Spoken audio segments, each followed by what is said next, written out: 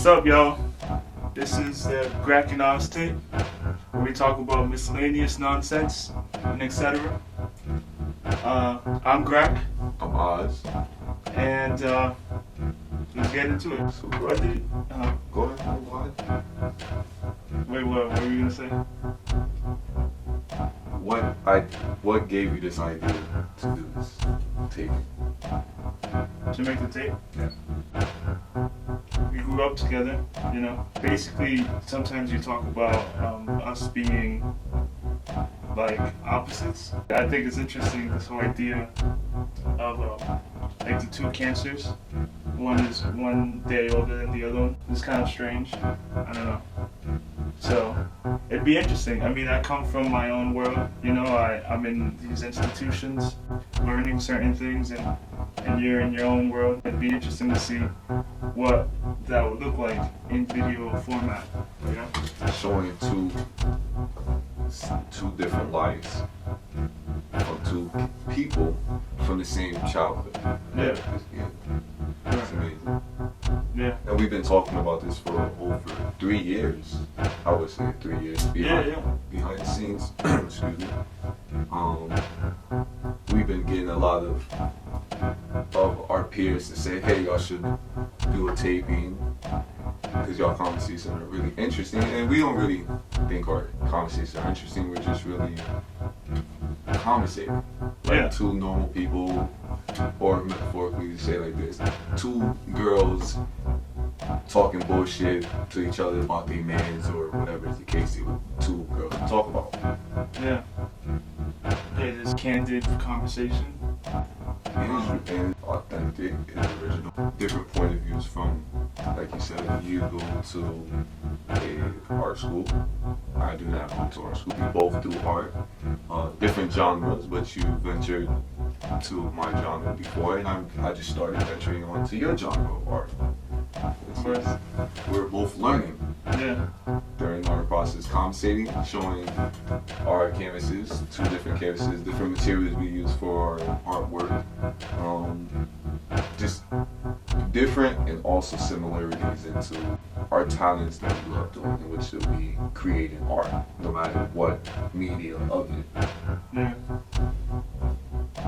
So you got this canvas that you made here. Can you go into some detail as to like why did you start it in the first place? I'll tell you why that I started, actually. That's pretty much the idea that it came from. I was watching an interview. I do a lot of research on a lot of hip-hop artists. In this case, the figure that is there is Reverend Run, aka he's in a group of Run DMC. And somewhere in the interview that I was watching, he said, if you're going to cheat, you might as well stay single. Now those who are aware of who I am, Oz, know my lifestyle situation when it comes to females. I'm not the best, but I am a great person. And hearing that quote, I was like, you know, that kind of follows in my life, and it makes sense. You know, if you're gonna cheat, you might as well be single, because it'll just ruin relationships, you know, that you have with an individual. And in the canvas, you also have Reverend Run in a bathtub. He's known to sending out tweets in the bathtub after his show, Run House. Yeah. In this case, you get to see Reverend Run in his classic all black with the collar, the white collar, when he MCs, when he does his shows. That's his outfit, that's his performing outfit. Right. And a lot of people know him for just being an MC, a rapper. And he also is a DJ. So he does more, but to also show that he's in the tub tweeting and knowing that he had a show is showing that hip-hop artists, they're more than just rappers. They also venture onto other things. And he's also showing my transition, in a way, metaphorically speaking, a transition from doing illegal art transactions to now doing legitimate stuff with the art scene. So it's a transition throughout my personal life, and on this canvas, it catches that picture where I'm at now. Yeah. This guy doesn't have a face. where he's like blank. Yeah. Is that finished? Is that like a decision to make his face blank? It goes back to like I'm gonna bring that raw material. You know, having no face on him, no smile, no nose, no eyes, not even ears, you know, no expression, but you still somehow get an expression on your face without even having those little details. And I feel comfortable just doing it. Like, it's my own style. I didn't create it. I mean, I'm pretty sure other artists have done it. Yeah, but it seems like you still captured the essence of the icon of who Rev Run is, you know? It's interesting, you don't even draw his face, you know? It looks like the person that you're referencing.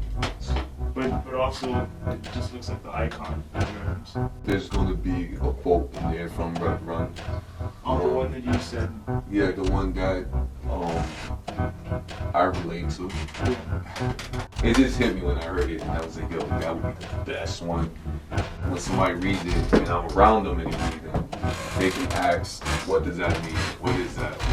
And, you know, I can tell, like, this is close to my heart. I'll give the individual that's asking me a little brief of who I am and the relationship with my quote. Man, right here, for the viewers that's watching, you get to see two different, what we was talking about, two different interests in art at this point. I'm not saying that GRAK hasn't dabbled in graffiti or street art, because he has, and he's no slouch. He felt comfortable with transition, and at the time when we were young, people, our peers felt mad that you transitioned to a different scenery, basically. And you always told me that you just felt comfortable. You felt like, hey, I stuck a flag here. I kind of accomplished what I want to. Your personal goals and that scenery, which we were talking about graffiti. Now you're into sculpture. I guess I'd still call that like sculpture, or it could be sculpture. Graffiti as a thing that was being written about and stuff like that, you know. In those books, they were talking basically about the process of doing rather than the end product of what the doing accomplished. And things like Scuff saying, you know, graffiti is a full contact sport. It's like your first high. It's Yeah. like you're just. And to me, that's like a conceptual breakdown of what like art could be. You know, you could make art not looking for making visual things, but putting yourself in a certain situation. Where then, if you somehow are able to record it, then they have to consider not just like what looks good. So when you transition to, hey, I still love graffiti, now I'm about to do the legal works, was there any, I can't say backlash because you always didn't get that from the graffiti scene, but was there any like people in the art world that wasn't accepting? Yeah, I think so. I mean, the art world is really big, you know? Like, who is actually in the art world, you know? Yeah. When do you say that you're in the art world? I'll say I'm in the process of being accepted into the art world. I understand that idea, but I also feel like you are already in the art world because you started doing graffiti. I guess since we've been DYC, we've been in the art world, you know? Also, it's interesting because we both live in the same projects. Yeah. You know, it's just amazing that we're doing it now. Yeah. And And that's what's interesting, right? Like this is a what's funny is there is some people who wonder what we talk about. And then there's people who don't know us at all.